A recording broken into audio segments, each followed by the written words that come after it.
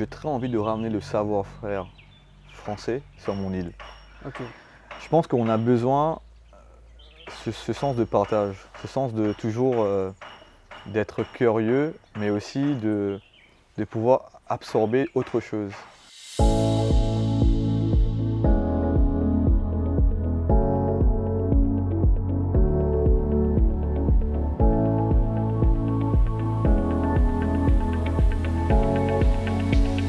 Bonjour Johan, comment tu vas? Salut Yann, ben écoute ça va, écoute on est très bien installé. Ok, super. En tout cas, merci de nous accueillir ici chez toi, à l'île Maurice. Alors, c'est particulier cette interview parce qu'on se connaît depuis plus d'une dizaine d'années. On a joué de la musique ensemble, on a monté un groupe de musique ensemble. Quand on s'est connus, on était tous les deux salariés. Aujourd'hui, on est tous les deux entrepreneurs. On peut dire que toi, tu es limite un serial entrepreneur. Aujourd'hui, tu vas nous parler un petit peu là où on est. Hein. Dans ton entreprise, tu es directeur de Mons Local.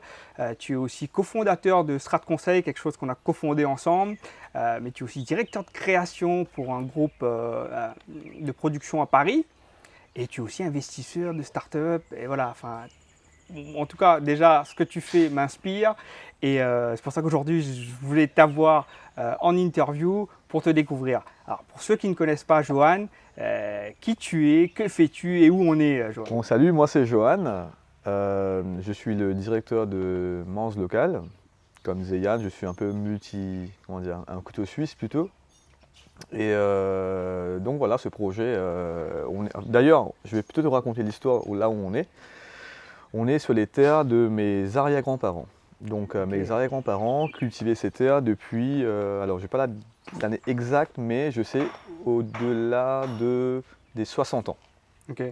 Donc c'est mes arrière-grands-parents qui ont ramené la laitue Batavia à Maurice et les brocolis. Et les laitues Batavia et les brocolis ont été cultivés pour la première fois à l'île Maurice sur ces terres qui sont ici. Et d'ailleurs, mon arrière-grand-père était le plus ancien agriculteur de l'île et j'étais le plus jeune agriculteur de l'île pendant un certain nombre d'années.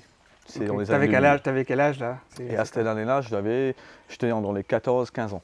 Ok. Et en fait, tout a commencé à l'âge de 12 ans, au décès de mon père, suite au décès de mon père. Du coup, je n'avais pas le choix, c'était de reprendre l'activité familiale.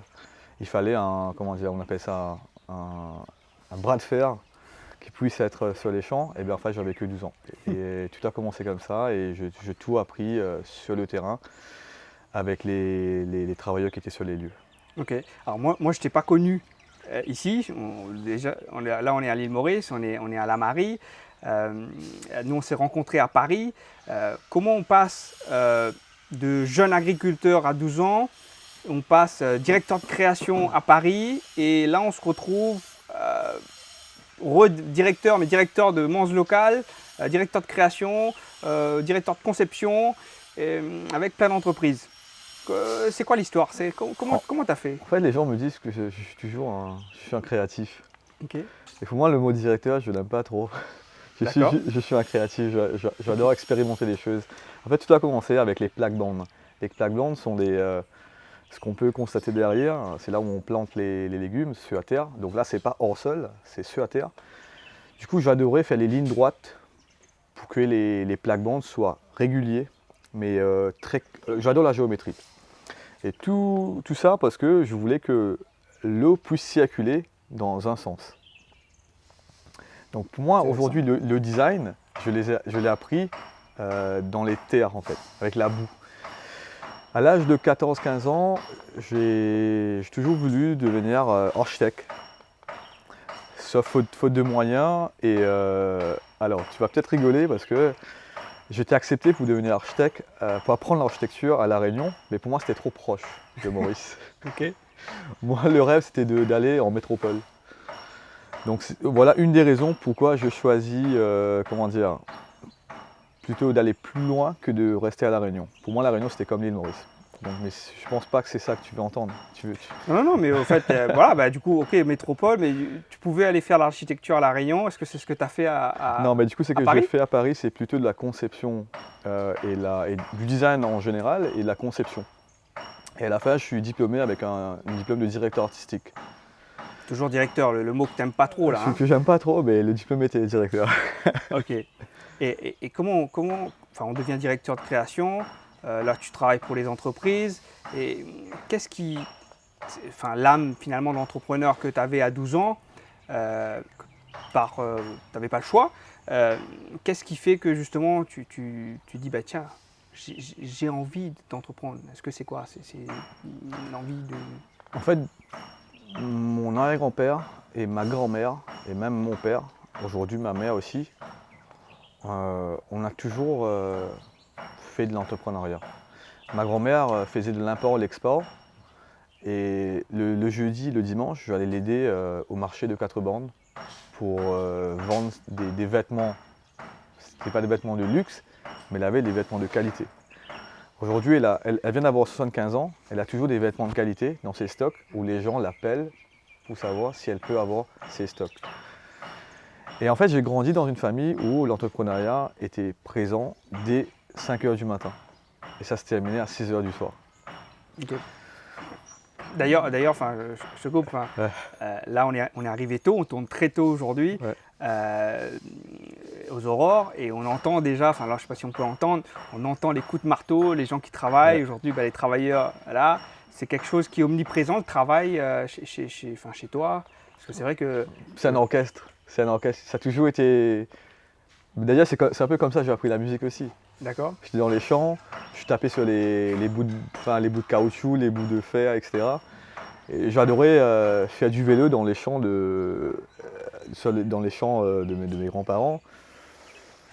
C'était un terrain de jeu pour moi. Mes grandes vacances, ça se passait dans les champs de ciboulettes. D'accord. Et les champs de brocolis.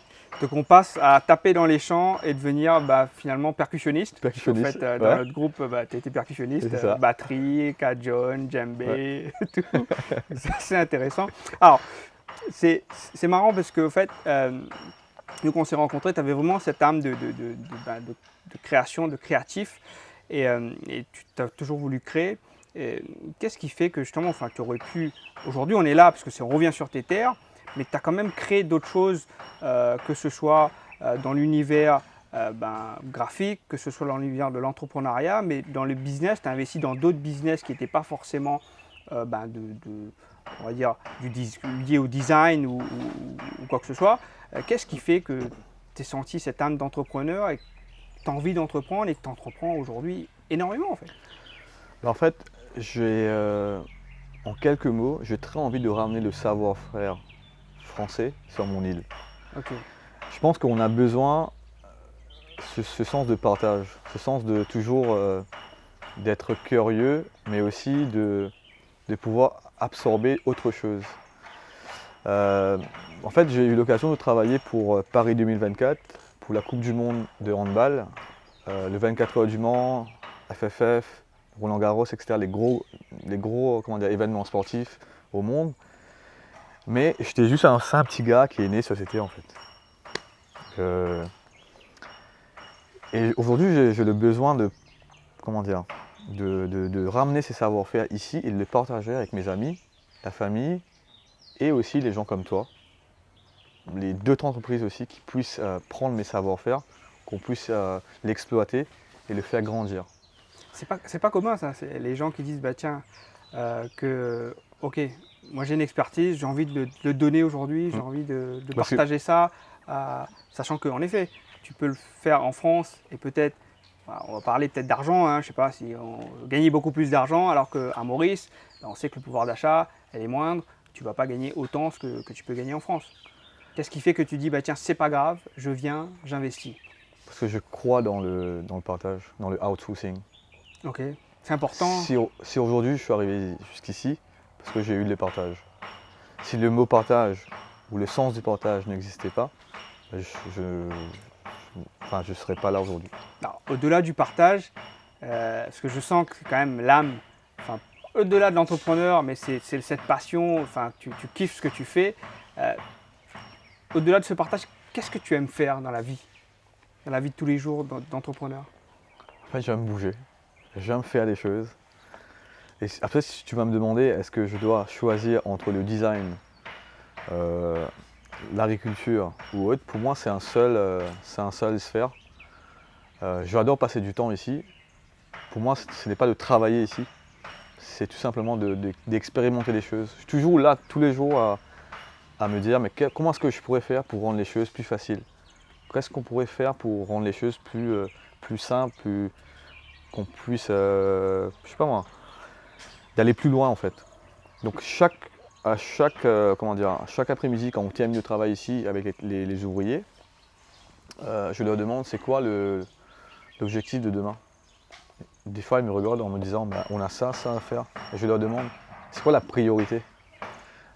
J'écoute leur priorité, mais il y aura toujours ce côté créatif pour dire mais qu'est-ce qu'on pourrait faire de plus pour rendre cette priorité créative. Okay. Tous les matins, quand Kesley, un des ouvriers qui arrive, qui est le maître d'œuvre ici, et je demande à Kesley fais-moi un feedback de ce que tu vas faire aujourd'hui. Mais à aucun moment, je pose ma patte. J'ai juste envie d'entendre ce qu'il me dit. J'allais venir dessus, c'est qu'aujourd'hui, on est à l'île Maurice, mais tu habites à Paris. Comment tu fais, là je sais que tu es à Maurice pendant quelques temps, tu repars d'ailleurs, c'est pour ça qu'on fait cette interview, mais tu repars dans quelques jours à Paris. Comment on fait pour gérer un business à distance? La techno, elle est là aujourd'hui, la technologie, elle est là. Et j'arrive aussi à jouer avec les horaires. Les horaires francophones et les horaires, on va dire pas francophones plutôt, mais les horaires européens et les horaires mauriciennes, si on peut le dire comme ça. Donc j'ai 3 heures d'avance là actuellement, et en été parisien, j'ai 2 heures d'avance. Donc ce que j'essaie de faire, quand on est 6 heures du matin ici à l'île Maurice, en France il est 3 heures du matin. Donc j'essaie d'avancer le maximum possible jusqu'à midi. À Paris il est 9 heures. Donc moi j'ai déjà entamé une demi-journée ici. À Paris, mon cursus commence et j'entame jusqu'à 15-16 heures, voire 18 heures.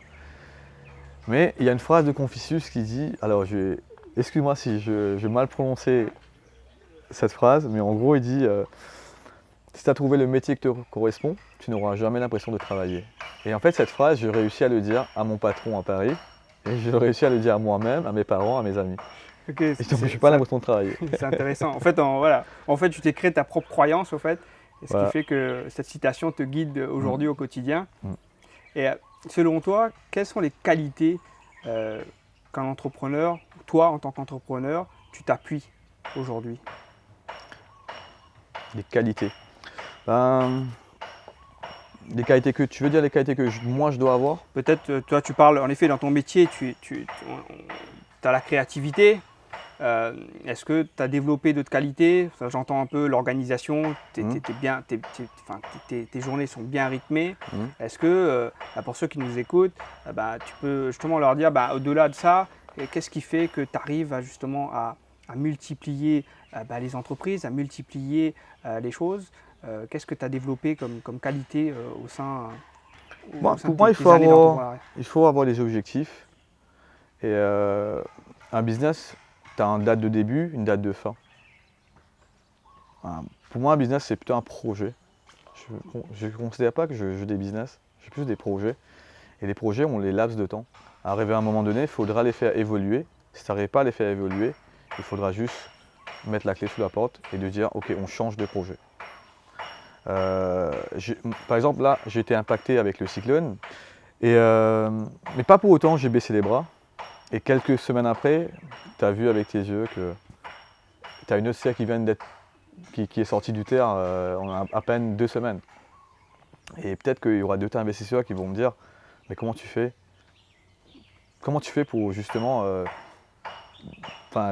fabriquer tout ça en fait? C'est bien, tu poses toi-même des questions et du coup moi aussi je suis étonné parce que là je regarde un petit peu derrière, c'est que en effet tu m'avais là on est au mois de mars, en mois de janvier tu m'avais envoyé tous tes plants de tomates qui étaient magnifiques et oui, juste après au fait tu m'as envoyé le cyclone est passé par là et au fait tu n'as pas baissé les bras et tu as dit ok ça marche pas, on passe à autre chose mais on continue.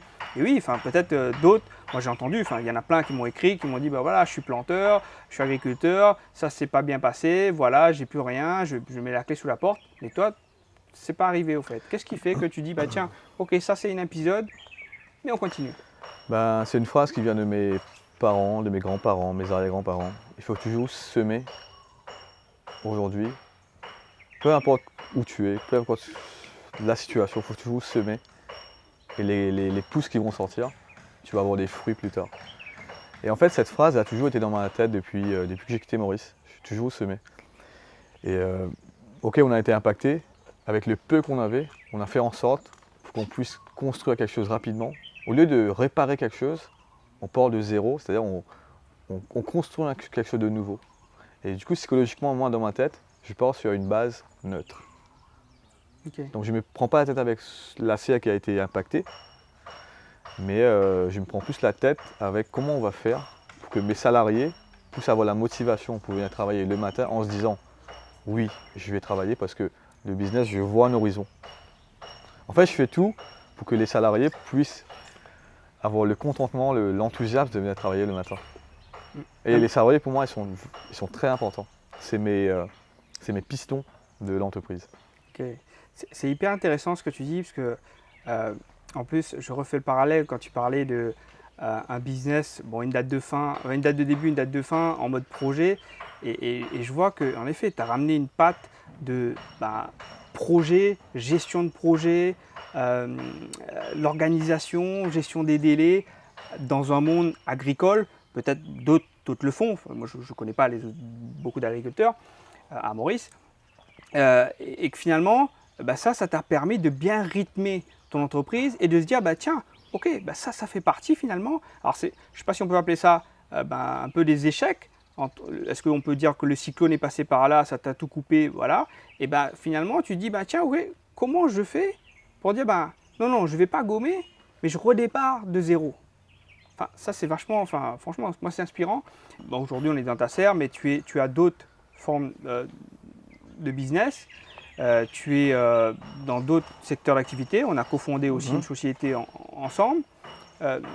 Qu'est-ce qui fait que tu as besoin justement, tu aurais pu te concentrer sur un seul business et de le diversifier. Qu'est-ce qui fait aujourd'hui que tu as besoin d'avoir tout autre business? Je n'aime pas le mot monotone. Je n'aime pas que la vie soit monotone. J'aime que la vie soit rythmique et j'ai besoin de me sentir utile. Un exemple simple, il était 18h hier. J'avais 1 heure de libre. Je me suis dit, est-ce que je vais me mettre sur l'ordinateur? Est-ce que je vais rentrer dans les serres? Ou est-ce que je vais juste me reposer? Je me suis dit non, en fait, ce que je vais faire, je vais juste réfléchir comment est-ce que mes salariés vont pouvoir prendre leurs vacances cette année. Alors qu'on n'est même pas en période de vacances, parce que moi j'ai envie de leur créer un emploi du temps où ils se sentent motivés pour venir travailler.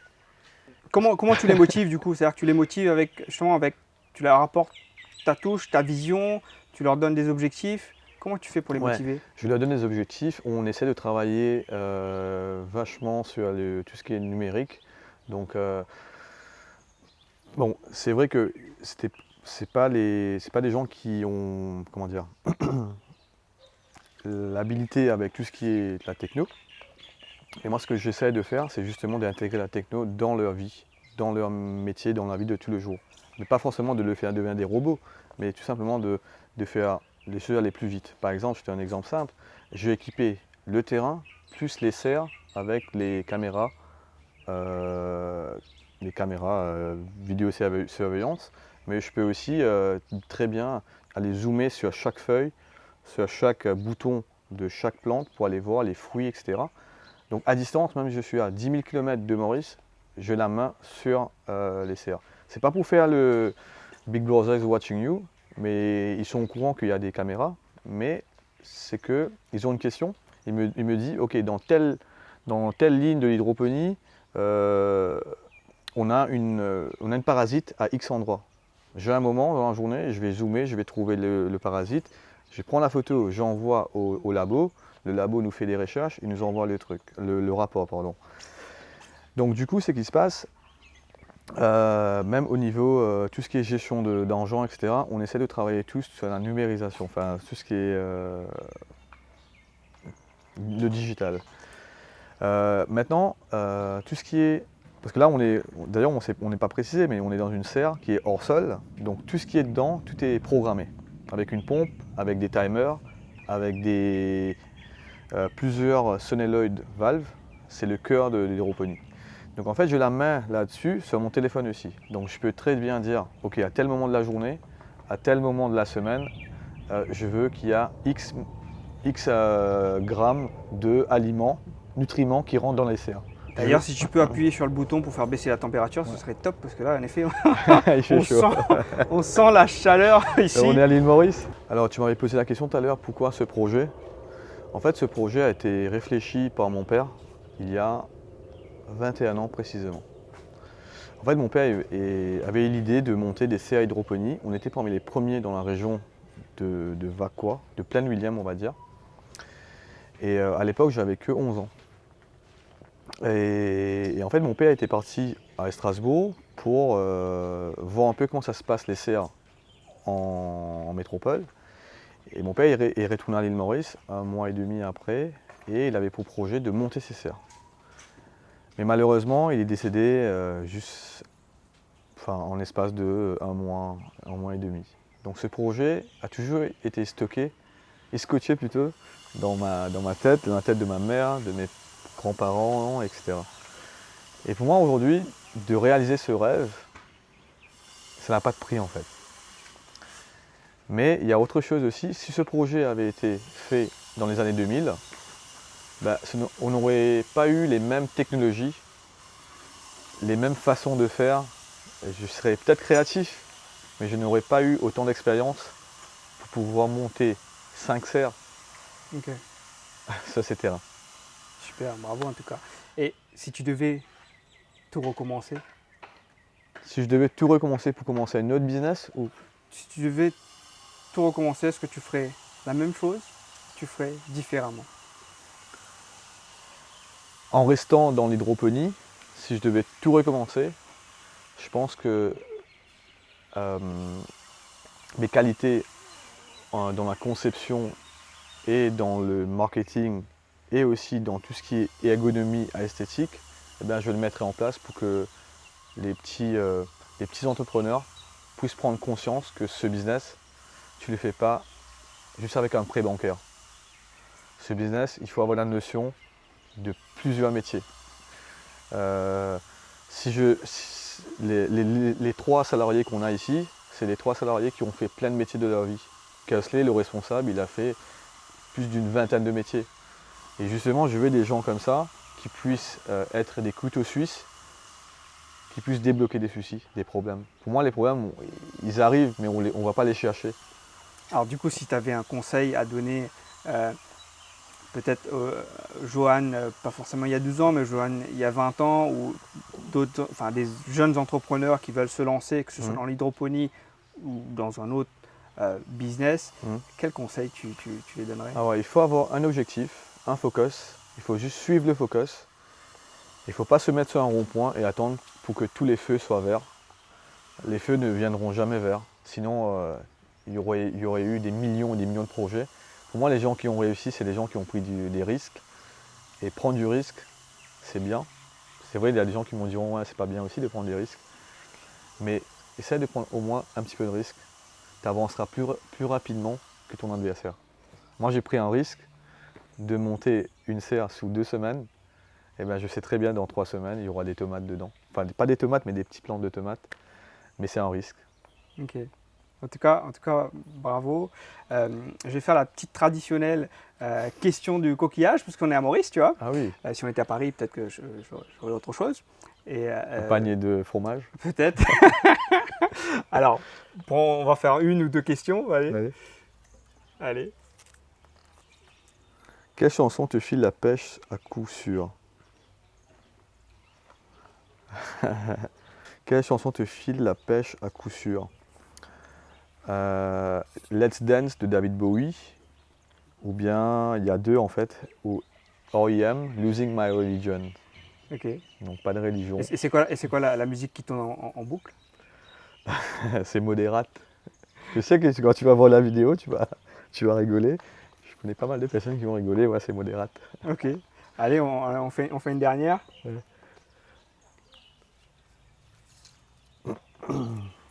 Le meilleur moment de ta journée. Ça dépend pour faire quoi? Alors, dis le tout. Ça dépend. C'est quoi le meilleur moment de ta journée? Ben là, tu vois, à cette heure-ci, là, c'est pas le meilleur moment pour être dans les serres. D'accord, ouais, Il va falloir qu'on y aille, qu'on bouge rapidement, parce qu'il fait trop chaud. Mais le meilleur moment de la journée, pour moi, c'est l'heure de la collation. Ok, Je porte un peu très bien mon nom, ok. Balou.